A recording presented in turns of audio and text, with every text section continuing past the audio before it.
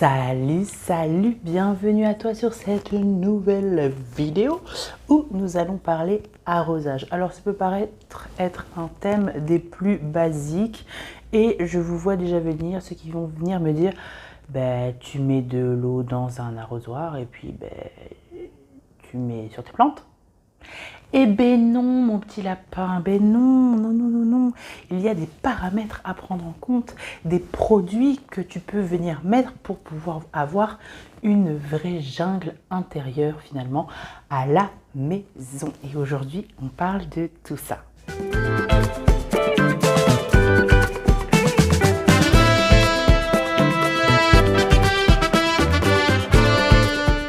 Bienvenue sur cette nouvelle vidéo. Alors pour commencer, je t'invite bien sûr à t'abonner si tu me découvres et si tu as envie d'en savoir plus sur tes plantes intérieures, parce qu'ici on parle surtout de ça.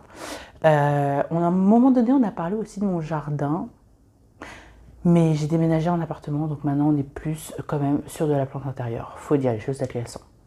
Rentrons dans le vif du sujet. Aujourd'hui, nous allons parler de l'arrosage, de la petite potion que je fais pour aider mes plantes à être plus belles, plus résistantes aux nuisibles et en bonne forme, on va dire. Déjà, ce qu'il faut savoir, c'est que quand tu arroses tes plantes, l'eau est absorbée par les racines, exactement. Alors, elle est absorbée par les racines même si la plante n'a pas soif.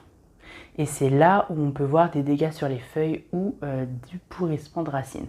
C'est ce qu'on appelle un surarrosage. Voilà. Donc, si tu es comme moi, que tu fais partie des gens qui arrosent allègrement les plantes en règle générale, je te conseille de passer tes plantes en pot terre cuite. Ça t'évitera de surarroser parce que le pot étant respirant, tu limiteras les dégâts.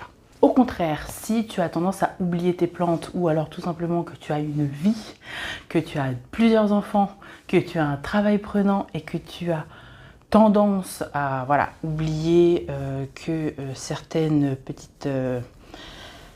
petits êtres vivants sont chez toi, je pense qu'il serait préférable que tu sois en pot plastique parce que du coup, le plastique va retenir davantage l'eau et étant moins respirant, tu auras des fréquences d'arrosage un peu plus longues. Voilà, ça c'est mon conseil concernant le choix des pots vis-à-vis de ton arrosage. Comme je te le disais, l'eau que tu vas mettre dans tes plantes va servir à la plante pour capter les différentes molécules et les différents oligo-éléments qui vont lui permettre une bonne croissance. Donc, dans la nature, les plantes, elles n'ont pas réellement besoin d'arrosage parce que les racines peuvent aller profondément dans la terre pour aller chercher ce dont elles ont besoin. Chez nous, les plantes sont un peu contraintes par la taille du pot qu'on lui donne, donc il va falloir les aider à avoir tout ce qu'il leur faut, mais dans une partie beaucoup plus réduite. Je vais tout de suite aborder du coup les produits que je mets dans mon eau d'arrosage. À chaque arrosage, je mets des vitamines à mes plantes ainsi que des EM. Ça, c'est vraiment, on va dire, l'arrosage classique de base. C'est l'arrosage que je fais quand je me dis « Oh mince, j'ai encore oublié d'arroser mes plantes. Je vois que celle-là, elle va pas bien du tout, mais j'ai pas beaucoup de temps. Il faut quand même que je l'arrose parce que là, je sens vraiment qu'elle est en souffrance. Donc, je veux faire quelque chose pour elle, mais j'ai pas le temps de faire mieux. » Après, si je l'ai sous la main et qu'il n'est pas loin, je vais aussi mettre du purin d'ortie. Parce que le purin d'ortie, ça va permettre à votre plante de développer davantage de résistance vis-à-vis des nuisibles. Les nuisibles seront moins attirés par des plantes résistantes. Les nuisibles s'attaquent en règle générale à des plantes ou des feuilles qui sont plus faibles, qui sont un peu malades. Donc si vous faites en sorte que votre plante soit plus résistante, soit plus costaud, les nuisibles auront tendance à moins vouloir aller la grignoter. Donc le purin d'ortie, pour ça, c'est quelque chose de tout à fait naturel et qu'on peut mettre dans son eau d'arrosage. Pour les quantités, alors les EM, je fais vraiment à pouf. Je pense vous avoir fait, oui, je vous ai fait une vidéo sur les EM que je vous accroche juste là. Je vous explique dans cette vidéo que j'utilise les EM à pouf parce qu'en gros, c'est un système de pompe. Donc je mets une pompe, voilà, d'EM dans mon eau d'arrosage et j'y reviens à chaque arrosage. Donc je renouvelle, on va dire, la population donc, de ces micro-organismes-là à chaque fois que je viens arroser. Pour le purin d'ortie, je suis environ à 5 ml par litre. Je dis environ parce que c'est pareil, c'est un peu à pouf. Parfois, ça m'arrive de prendre avec une seringue. Je suis plus aussi regardante qu'avant à ce niveau-là. Je connais à peu près mes dosages, mais on va dire que pour commencer avec 5 ml par litre. Et vous verrez déjà que vos plantes vous diront merci. Ensuite, qu'est-ce que je vais venir utiliser d'autre dans mon eau d'arrosage? Alors, une fois par mois, je viens leur mettre de l'engrais, que ce soit l'été ou l'hiver, étant donné que mes conditions intérieures ne changent pas tant que ça. Elles continuent à pousser en hiver, même si c'est plus lentement et que j'espace les arrosages, ça n'empêche qu'elles ont quand même besoin de manger. Donc elles ont droit à l'engrais à une fois par mois, comme en été. Alors en été, si je vois qu'elles poussent énormément, très rapidement, je vais parfois faire une semaine sur 2. Mais en règle générale, je la laisse en rythme de croisière à une fois par mois. Moi, ça me permet d'avoir un rituel, on va dire, ou des routines beaucoup plus simples. Parce que vous allez voir que je ne mets pas que ça dans mon eau d'arrosage. Donc, ouais, une fois par mois, c'est pas mal. Je trouve que c'est un bon compromis. Je suis sûre que tout le monde a eu ce qu'il faut. Alors, je pense que du coup, des fois, je sous-dose pour certaines ou je surdose pour d'autres qui auraient besoin peut-être toutes les 6 semaines ou toutes les 8 semaines, alors que d'autres auraient peut-être besoin toutes les 2-3 semaines. Mais écoutez, elle s'en porte pas trop mal, voilà. Alors j'utilise actuellement le Plantus qui est juste là et je le dilue comme m'a dit la personne qui m'a vendu ce produit-là, 1 millilitre par litre. Donc, la semaine où je mets de l'engrais, je ne mets rien d'autre dans mon eau d'arrosage. Et 2 semaines après, je viens mettre des oligo-éléments. Oui, en effet, je viens mettre des oligo-éléments pour apporter à ma plante des acides aminés qu'elle va pouvoir capter directement, qu'elle ne va pas avoir à transformer. Parce que les engrais, ce qu'il faut savoir, c'est que pour les engrais minéraux, je veux dire, qu'on soit bien d'accord sur les termes, pour les engrais minéraux, ça va arriver dans le substrat, ça va se décomposer plus ou moins et les EM, en partie, vont décomposer les engrais pour que les minéraux soient accessibles aux racines des plantes, pour que ce soit plus facilement assimilable. Donc ça demande un travail, voilà, dans le sol et il peut y avoir des résidus qu'on appelle des sels minéraux. Mais on va y revenir dans très peu de temps, ne t'inquiète pas. Alors vous me direz, pourquoi ne pas mettre que des oligo-éléments et des acides aminés? Parce que ce sont des molécules qui ne remplacent pas le N, le P et le K. Alors si vous allez sur mon Instagram, j'ai fait 3 posts pour expliquer à quoi servent le N, le P et le K. Alors c'est pas sur le compte Plantour TV, mais c'est sur mon compte professionnel 4 feuilles. Je vous mettrai évidemment le lien en barre d'infos. Et là, vous pourrez... alors, j'ai fait ça quand? J'ai fait ça en décembre de l'année dernière. Donc, il faut quand même défiler un peu. Mais voilà, je pense que c'est facilement retrouvable voilà, pour avoir une idée à quoi servent ces minéraux-là en particulier.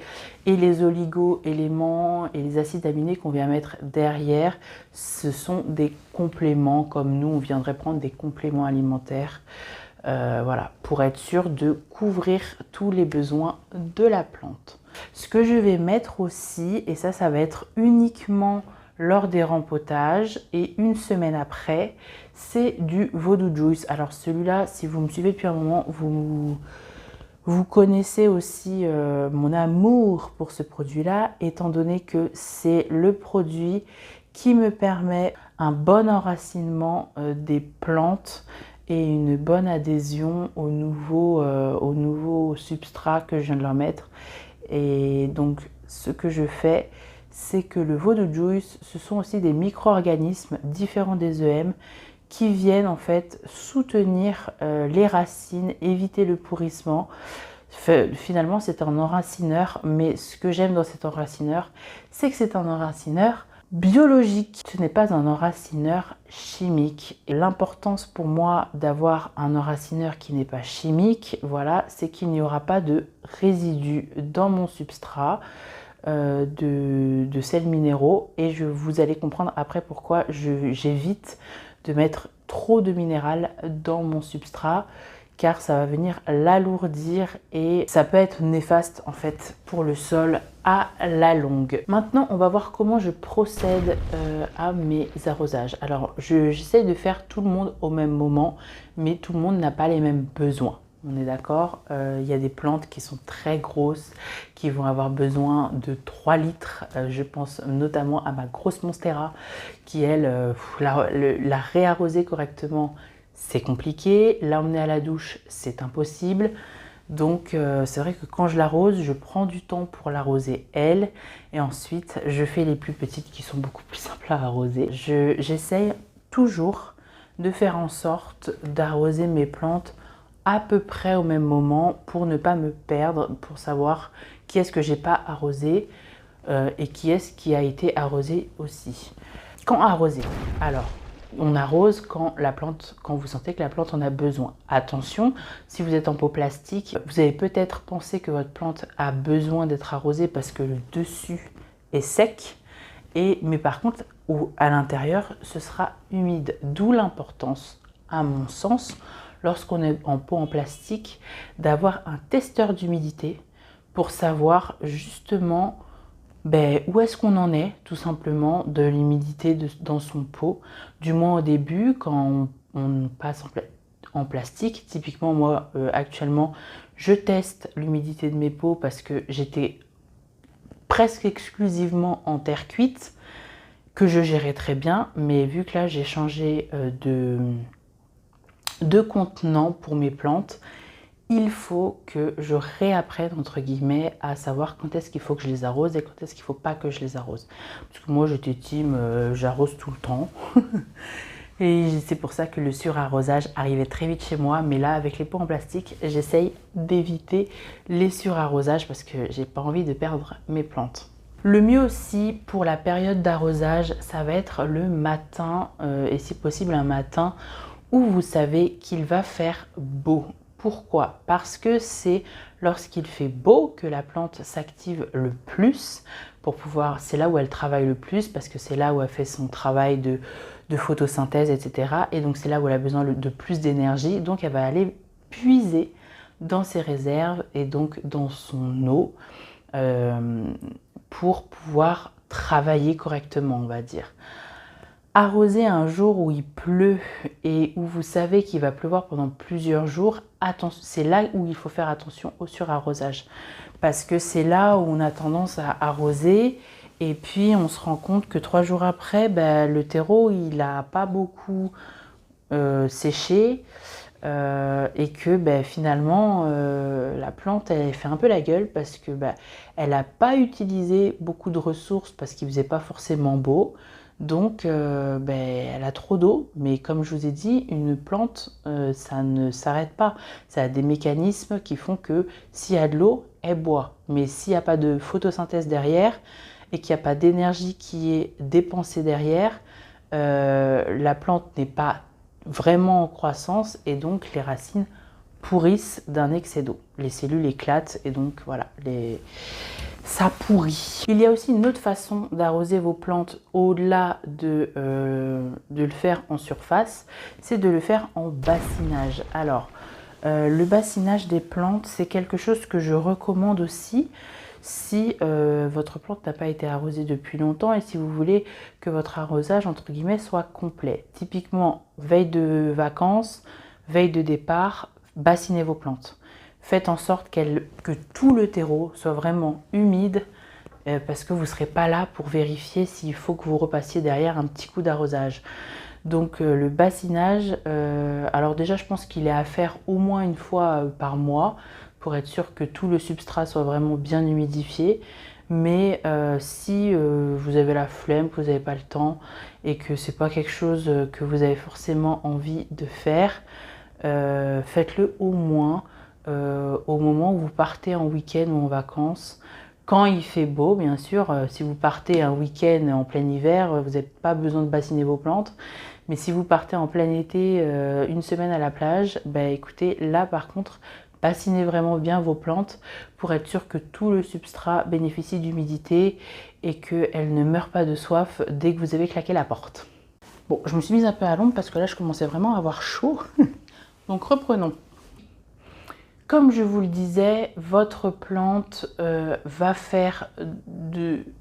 garder dans le sol et ne pourra pas éliminer certains sels minéraux. Donc il est important de mesurer le pH et le C de votre lessiva de plante. Je m'explique, là je sais que j'ai dit des mots, ça y est, j'ai perdu la moitié des personnes, mais écoutez ces conseils-là, je vous promets que ça peut vous éviter des cramages de racines et des plantes qui vont pas bien et on ne sait pas pourquoi. Les plantes qu'on a en règle générale à la maison, ce sont des plantes donc dites tropicales qui apprécient avoir un pH autour de 5. Voilà, donc un pH acide. Lorsque on fait notre substrat, je vous renvoie à la vidéo où je fais mon substrat, on met déjà des éléments qui viennent acidifier le sol. Et il faut, lorsqu'on met des engrais, faire un lessiva pour prendre les mesures de l'acidité du sol. Si c'est trop acide, les racines vont cramer, votre plante va mourir. Si ça n'est pas assez, votre plante va survivre, ça, il n'y a pas de souci, mais elle pourra connaître une croissance peut-être un peu plus lente, avoir des variations, si c'est une plante variegata, peut-être un peu moins marquée, donc exprimer un peu moins ces variations. Je trouve donc important d'aller vérifier son eau d'arrosage de temps en temps. Alors comment on procède? C'est très simple, vous prenez votre plante, vous faites passer 1 litre d'eau simple, sans rien, dans une plante à la fin du mois, avant de remettre vos engrais par exemple. Ça c'est le bon moment, comme ça vous savez si vous allez remettre cet engrais là ou un engrais moins fort. Donc oui, je vous dirais fin du mois c'est pas mal. Vous placez votre plante au-dessus d'un seau, vous faites passer 1 litre, je dis bien 1 litre d'eau sur votre plante, d'accord, sans rien, sans EM, sans rien du tout, vraiment juste de l'eau qui sort de votre robinet, ok? Ou alors de l'eau osmosée pour ceux qui utilisent de l'eau osmosée ou de l'eau déminéralisée pour ceux qui utilisent de l'eau déminéralisée, mais ça on y reviendra après. Les différentes eaux pour l'arrosage. Vous faites passer votre litre, vous prenez votre pH mètre, vous le mettez dedans et vous voyez du coup à combien vous êtes. Si vous êtes entre 5 et 6, c'est parfait.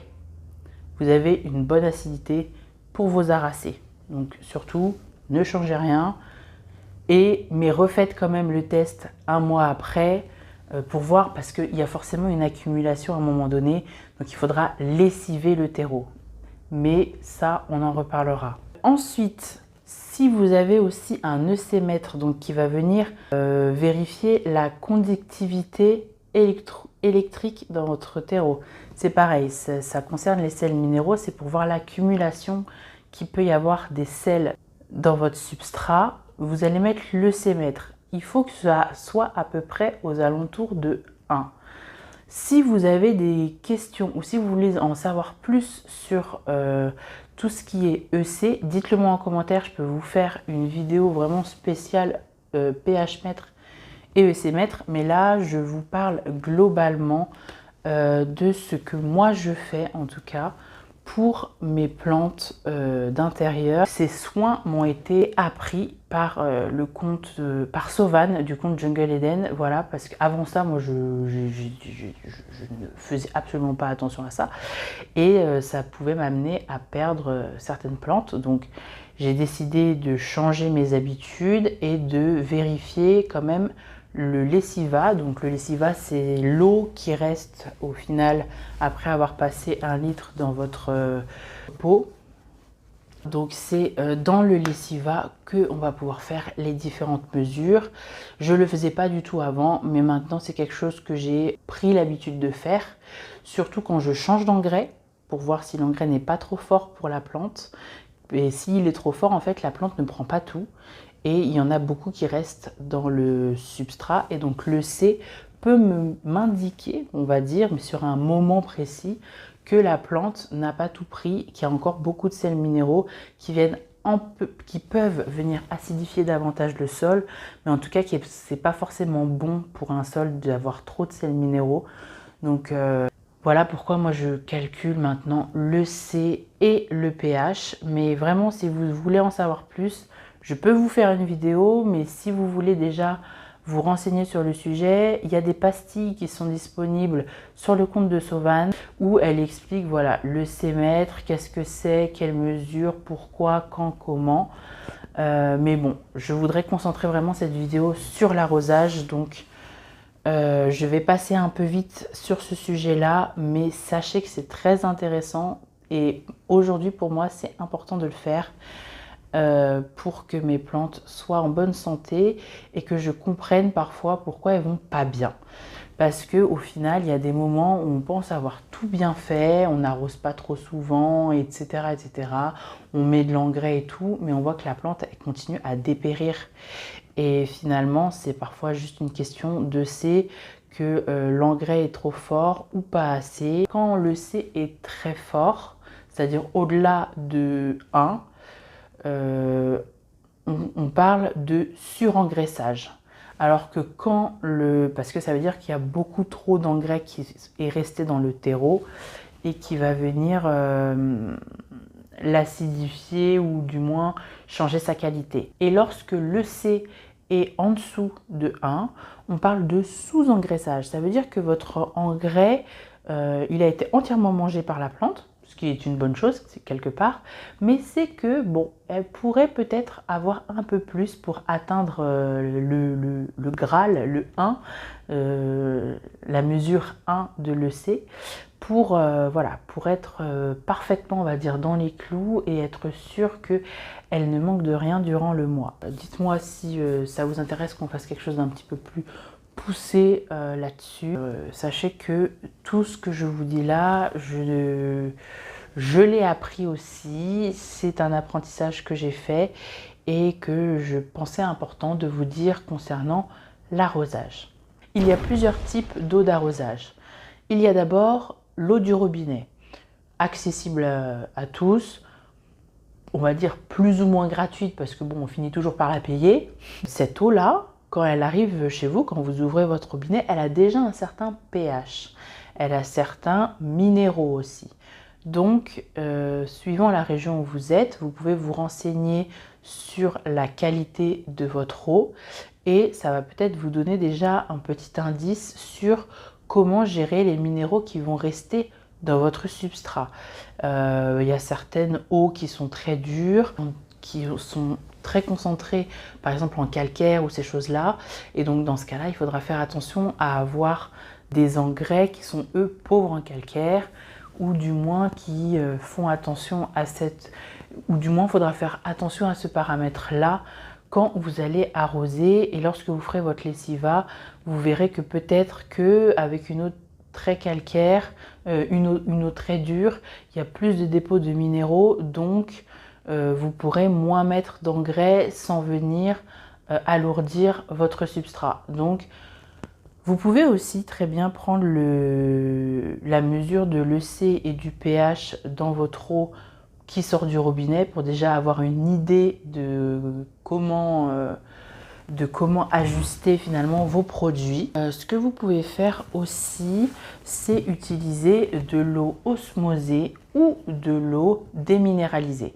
Alors c'est des eaux qui s'achètent. L'eau déminéralisée, typiquement, c'est l'eau qu'on vend pour les fer à repasser parce qu'il n'y a pas de calcaire dedans et que du coup ça n'abîme pas vos électroménagers qui ont besoin, voilà, d'avoir de l'eau. L'eau osmosée, c'est pareil, vous allez le retrouver dans les grands magasins, mais vous pouvez aussi trouver ce type d'eau-là dans les jardineries. Voilà, vous demandez et souvent c'est des bidons de 5 litres.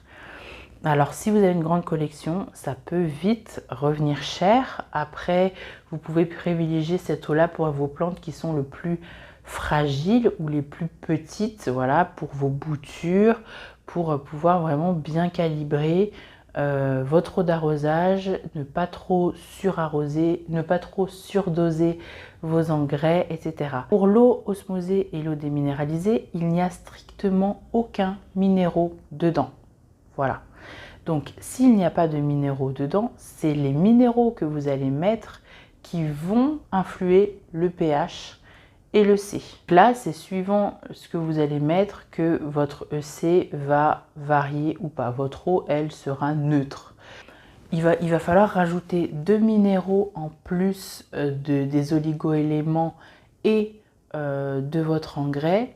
C'est des minéraux qui se trouvent naturellement dans l'eau du robinet, c'est le calcium et le magnésium. Vous allez trouver pareil des produits qui combinent les deux pour justement les eaux qui sont déminéralisées ou osmosées et qui sont utilisées dans des cultures spécifiques, enfin qui sont utilisées pour la culture des plantes en intérieur.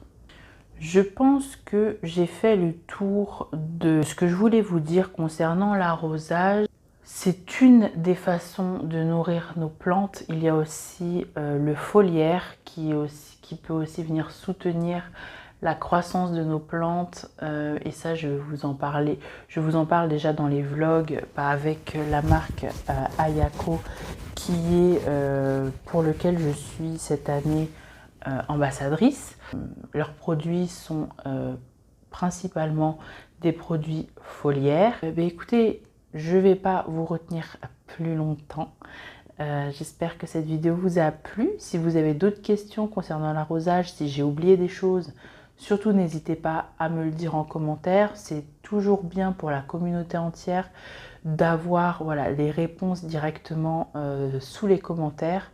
Ça permet à tout le monde de pouvoir discuter du sujet qui a été traité et ça c'est plutôt cool. Cette vidéo sonne la fin de la série rempotage que je vous ai faite avec ma première vidéo sur la composition de mon substrat, les rempotages et maintenant l'arrosage. Donc voilà, là je pense avoir couvert vraiment tout ce que j'ai fait dernièrement pour mes plantes à partir du moment où j'ai décidé de les rempoter. Je vous dis donc à la semaine prochaine pour un nouveau type de vidéo. Je vous fais plein de bisous et passez une excellente semaine. Bye bye!